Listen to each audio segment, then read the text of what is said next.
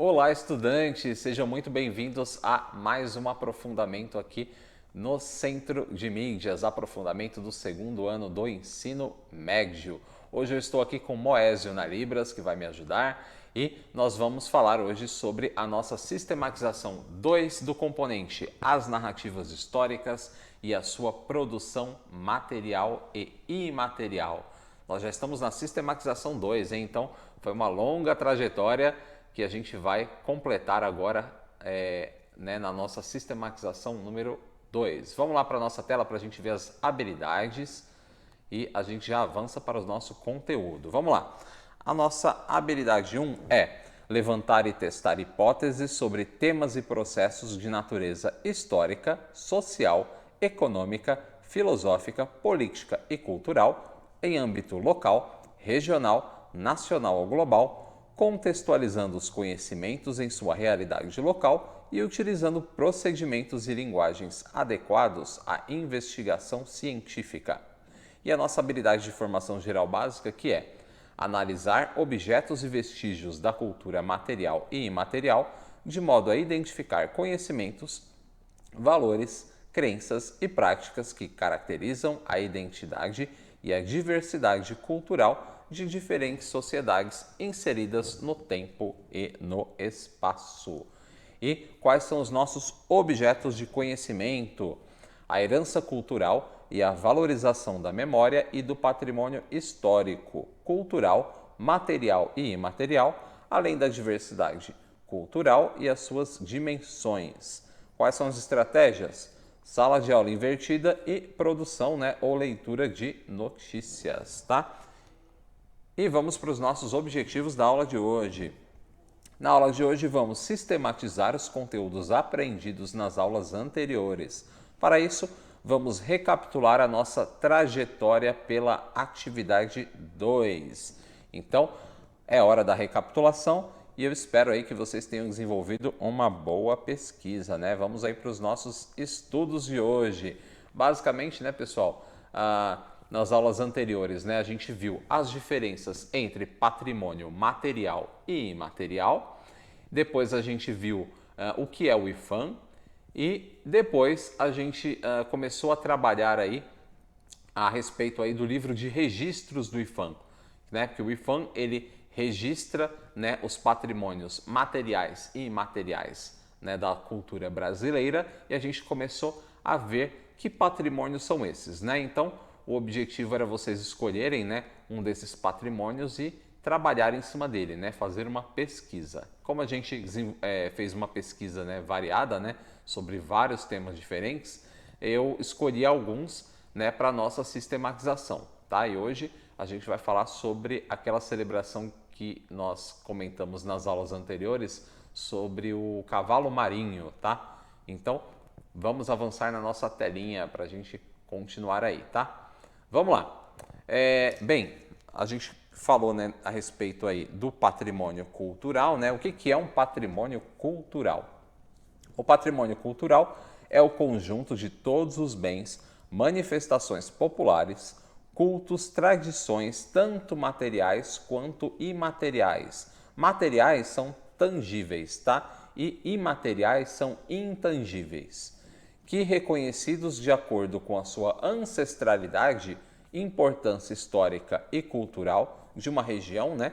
Pode ser um país, localidade ou comunidade, e adquirem um valor único e de durabilidade representativa, tá? Simbólica ou material. Então, tudo isso aí é um patrimônio cultural, tá? Que representa aí a memória das pessoas e também pode ser material, né? Pode ser físico, quanto também pode ser imaterial, que a gente vai chamar de intangível, tá? O que é um patrimônio imaterial? Pode ser uma música, uma dança, uma receita, uma celebração, um culto, enfim, tá? Então nós temos diversos patrimônios imateriais e hoje a gente vai falar sobre um deles, tá? Vamos lá para a nossa tela mais uma vez. Agora que retomamos essa questão, vamos responder algumas perguntas. Vamos lá para as perguntinhas. Primeira coisa, o que é o IPHAN, que eu comentei agora há pouquinho, né? É o Instituto do Patrimônio Histórico e Artístico Nacional.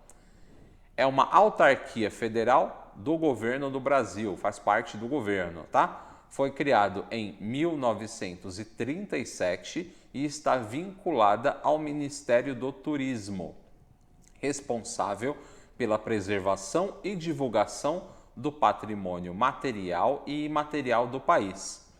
Tem função de defender e favorecer os bens culturais do país, proporcionando sua existência e usufruto para as gerações presentes e também futuras, buscando a preservação dos tesouros da cultura nacional. E olha só que interessante, né? O IPHAN, de acordo aí com o nosso texto, ele está vinculado ao Ministério do Turismo. Aí a gente pode até se perguntar, né? Por quê?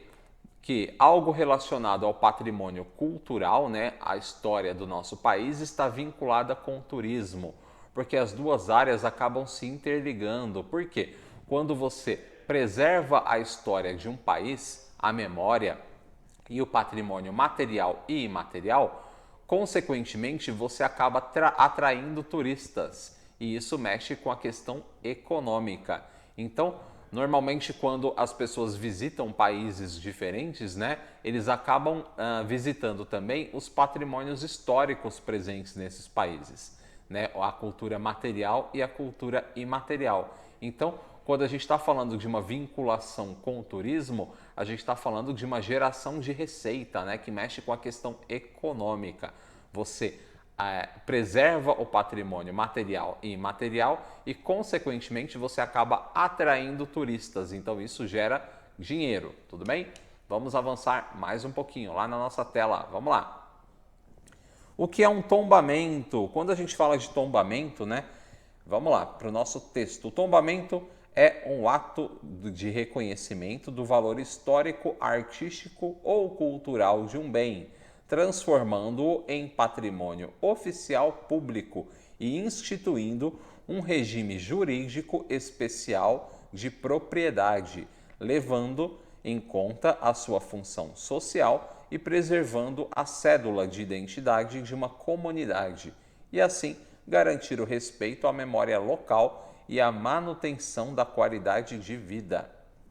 A etimologia, né, da palavra tombamento advém de torre de tombo, né, que era o arquivo público português onde são guardados e conservados documentos importantes. Um bem histórico é tombado quando passa a figurar na relação de bens culturais que tiveram a sua importância histórica, artística ou cultural reconhecida por algum poder público, federal, estadual, municipal, através de seus respectivos órgãos de patrimônio.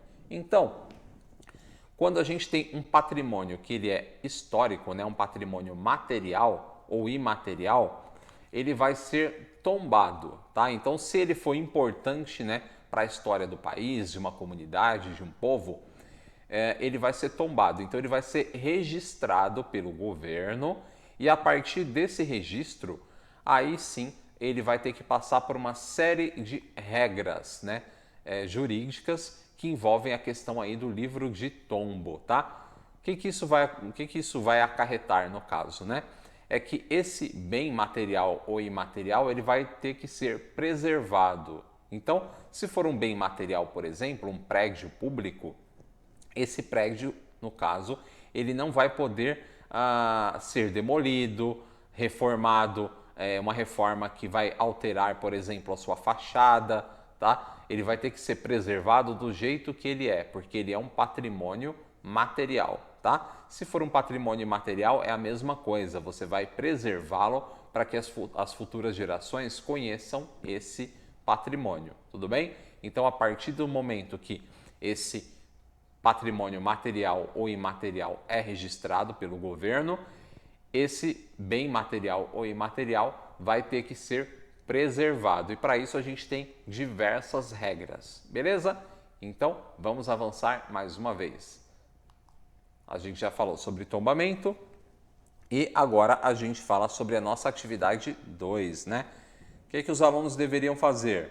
Os alunos né, se reúnem em grupo para fazer uma pesquisa sobre o patrimônio material e imaterial registrado no IPHAN.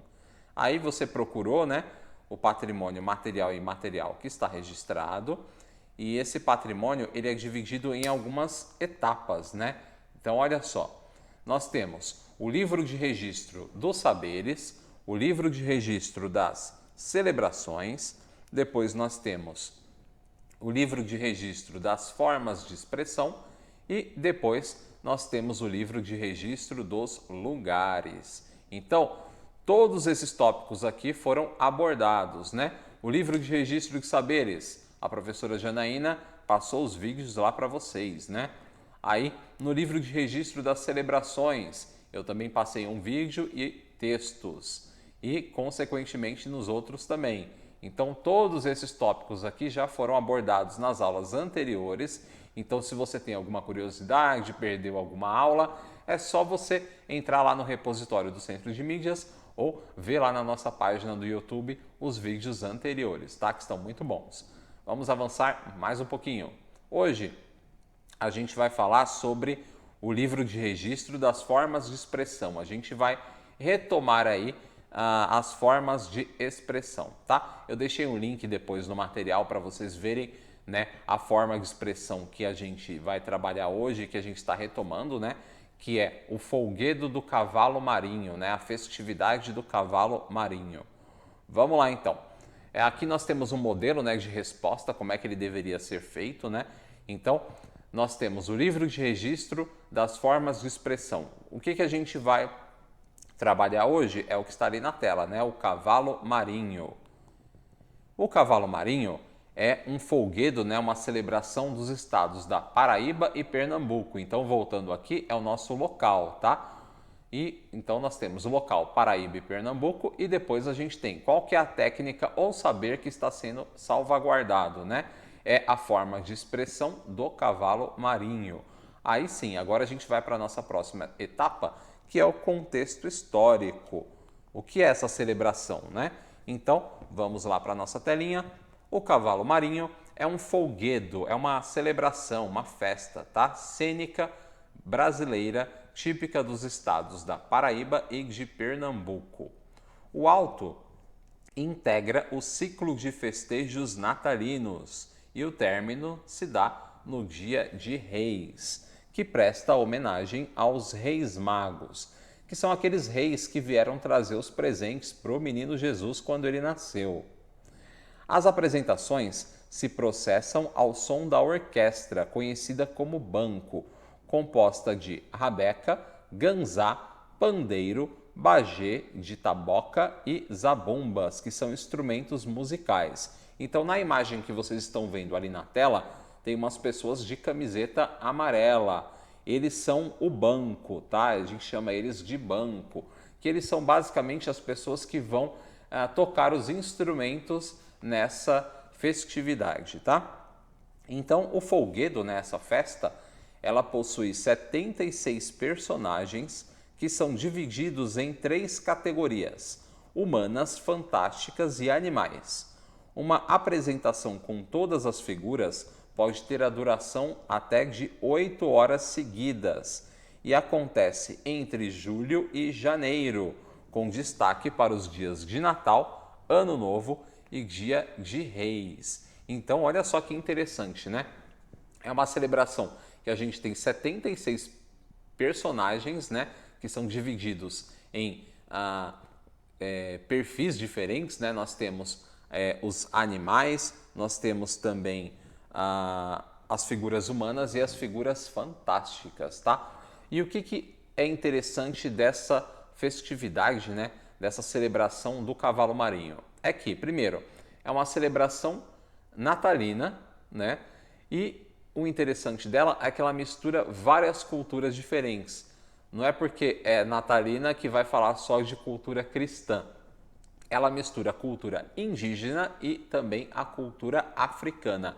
E ela mistura também elementos de outras festividades, como, por exemplo, aquela festividade do Bumba Meu Boi, que a gente estudou, que é a festividade do Bumba Meu Boi do Maranhão.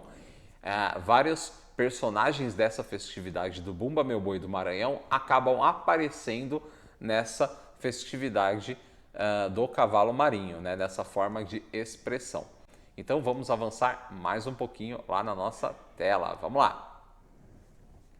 Bem, o espetáculo é narrado através da linguagem falada, da declamação de loas e toadas, como são conhecidas as estrofes poéticas que integram o enredo. Então, nós temos linguagem falada através de poesia, olha só que bonito.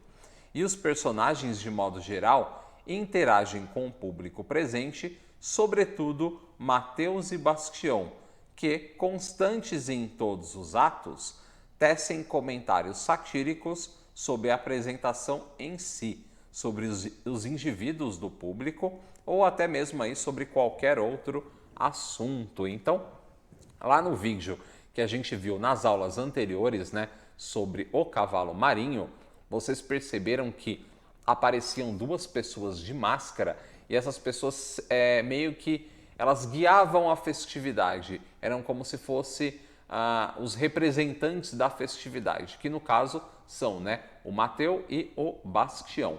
E por que eles são os guias dessa celebração, né, dessa festividade? A gente vai entender esse contexto histórico agora, lá na nossa tela mais uma vez. Vamos lá. Hora de se aprofundar um pouco mais. Então, dentre os mais de 70 personagens da festividade, nós podemos destacar: primeiro deles, o Capitão Marinho, depois o Bastião e o Mateu, depois nós temos os galantes e as damas, e depois também nós temos o caboclo juremeiro. Nós temos esses personagens aí como personagens principais. E agora a gente vai entender um pouquinho do enredo deste auto. O auto é como se fosse uma peça, tá, gente? O enredo, vamos para o enredo. O enredo gira em torno de uma festa que será dada pelo Capitão Marinho em homenagem aos Santos Reis do Oriente. Ele então convida os galantes e as damas e contrata os negros Mateu e Bastião para organizar a festa no terreiro. Os dois utilizam bexigas feitas de couro de boi curtido como um instrumento musical. No vídeo que eu passei para vocês, mostrava como era feita essas bexigas de couro, tá? Durante a festa, temos uma reviravolta quando Mateu e Bastião resolvem se apossar do terreiro. Para resolver a questão, o Capitão Marinho pede ajuda de um soldado para trazer de volta a ordem da festividade. A festividade continua com a famosa dança dos arcos, onde o capitão, as damas e os galantes fazem uma dança coreografada. Nesse momento, começam a aparecer figuras cômicas, assustadoras e encantadas. A festa acaba seguindo aí madrugada adentro. Então, olha só que interessante, né? É uma festa que vai ter elementos da cultura africana, da cultura indígena e da cultura cristã. E também vai mostrar como é que eram as relações de poder que existiam no Nordeste brasileiro lá até no comecinho aí do século XX, tá? Século XIX e século XX principalmente, né? Onde nós temos a questão dos negros, né, que eram os escravizados, né, no século XIX. Nós temos as damas e os galantes, que representam as classes mais altas, né? E nós temos também o Capitão Marinho aí, que funciona aí como se fosse a representação do poder daquela época, né? Por exemplo, a gente pode falar dos governadores, ou no caso dessa festividade nordestina, seria o coronel, né? Então, quando vocês estudam o começo do século XX, né? O Nordeste brasileiro no começo do século XX, a gente vai ver que a figura do coronel ela é muito importante, né? Que eram os fazendeiros, os latifundiários daquela época, que mesmo no período republicano, né, com uma democracia, eles agiam como se fossem reis de suas próprias terras, tá? Então, vamos avançar mais uma vez. Vamos lá. A musicalidade. A festividade é chamada de brincadeira, então a gente vai chamar aí nessa forma de expressão, nessa festividade, de brincadeira. E os músicos que acompanham a festividade são conhecidos como banco, que é os caras que estão ali de camiseta amarela, tá? Eles são conhecidos como banco. Eles também podem ser chamados de bancada ou orquestra. E o número mínimo de participantes para a festividade são 4. Os instrumentistas, no caso, né, eles se apresentam sentados em um banco simples de madeira e sem encosto. E em alguns momentos aí da festividade, eles podem interagir com os personagens. Aí eles se levantam, eles começam a interagir com os personagens. Vamos lá para a nossa tela mais uma vez. O sincretismo cultural. O cavalo marinho é uma brincadeira realizada durante o ciclo natalino, mas apesar de possuir elementos da cultura cristã, ele também se mescla, né, com a cultura indígena e africana. As festividades são uma mistura de teatro, música e danças. E as brincadeiras são realizadas tradicionalmente por trabalhadores da área rural e refletem as relações sociais existentes na região Nordeste desde o período colonial. Então, os trabalhadores do campo é que realizam essa festividade, por isso que mostra como é que eram essas relações de poder aí desde o período colonial, né, até o começo aí do século XX, beleza? Vamos avançar mais uma vez, vamos lá. Eu falei aí sobre essa festividade, né, sobre essa forma de expressão do cavalo marinho, porém, né, nós vamos falar agora sobre o livro de registro dos lugares, que a gente também trabalhou anteriormente. Então, falamos sobre o cavalo marinho, beleza? Como nós temos mais um tempinho ainda antes do término da nossa aula, nós vamos falar sobre o livro de registro de lugares e a Feira de Caruaru. Olha só que legal, a Feira de Caruaru. O que ela tem em especial, né? Então, vamos lá. Ela acontece, né, na cidade de Caruaru, né? E fica onde essa cidade? Em Pernambuco. Então, no local ali a gente vai colocar Pernambuco. Qual que é a técnica ou saber que está sendo salvaguardado? É a Feira de Caruaru. Ah, professor, mas a gente vai guardar a feira então no museu? Não, né, meus amigos? O que a gente vai registrar aqui é a questão histórica, a importância dessa feira para a cidade de Caruaru, tá? E qual que é o contexto histórico dessa feira, professor? Vamos dar uma olhadinha. A Feira de Caruaru é um importante mercado ao ar livre da cidade brasileira de Caruaru, em Pernambuco. Na feira são vendidos produtos das mais variadas naturezas, desde frutas, verduras, cereais, ervas medicinais, carnes, bem como produtos manufaturados, como roupas, calçados, bolsas, panelas, entre outros utensílios de cozinha, móveis, animais, ferragens, miudezas, rádios, artigos eletrônicos importados. Então, a feira, né, que tem produtos diversos, produtos variados. Vamos avançar mais um pouquinho. Considerada uma das maiores feiras ao ar livre do país, a Feira de Caruaru atrai pessoas de todo o Nordeste brasileiro e também do mundo, né? Pessoas visitam essa feira aí, visitantes de outros países também, tá? Ela ficou famosa ao ser cantada por Luiz Gonzaga na música de autoria de Onildo Almeida. A gente escutou um trechinho dessa música no vídeo da aula anterior, então eu recomendo que vocês entrem lá no YouTube, quem não viu a aula, para a gente, né, não perder aí esse conteúdo importante. A feira foi considerada pelo Instituto do Patrimônio Histórico e Artístico Nacional como um patrimônio imaterial da cultura brasileira. Vamos lá. Ela se situa aí no bairro Nossa Senhora das Dores, no centro econômico da cidade. Ela se realiza, né, nas quartas-feiras e sábados e é uma das maiores feiras livres, né, do Brasil e tem uma grande importância aí no cenário econômico e cultural do Nordeste. Bem, vamos avançar mais um pouquinho. No ano de 92, né, 1992, a feira foi transferida de local. E dentro dessa feira nós temos também um setor de trocas, tá? Então não é só compra e venda, você também pode trocar mercadorias, beleza? Então essa feira acontece aí desde o começo do século XX, não, o final do século XIX, começo do século XX, e você também pode fazer trocas, né? Vamos avançar mais um pouquinho. A feira de Caruaru, né, ela tem a sua origem no final do século XVII, na verdade. Eu falei século XIX, é mais um pouquinho para trás, né? Século XVII em Pernambuco. E a sua origem se dá, né, com a compra de uma fazenda que virou um ponto de parada para tropeiros, né, que são condutores de gado e mercadorias, e os mascates, que eram os comerciantes.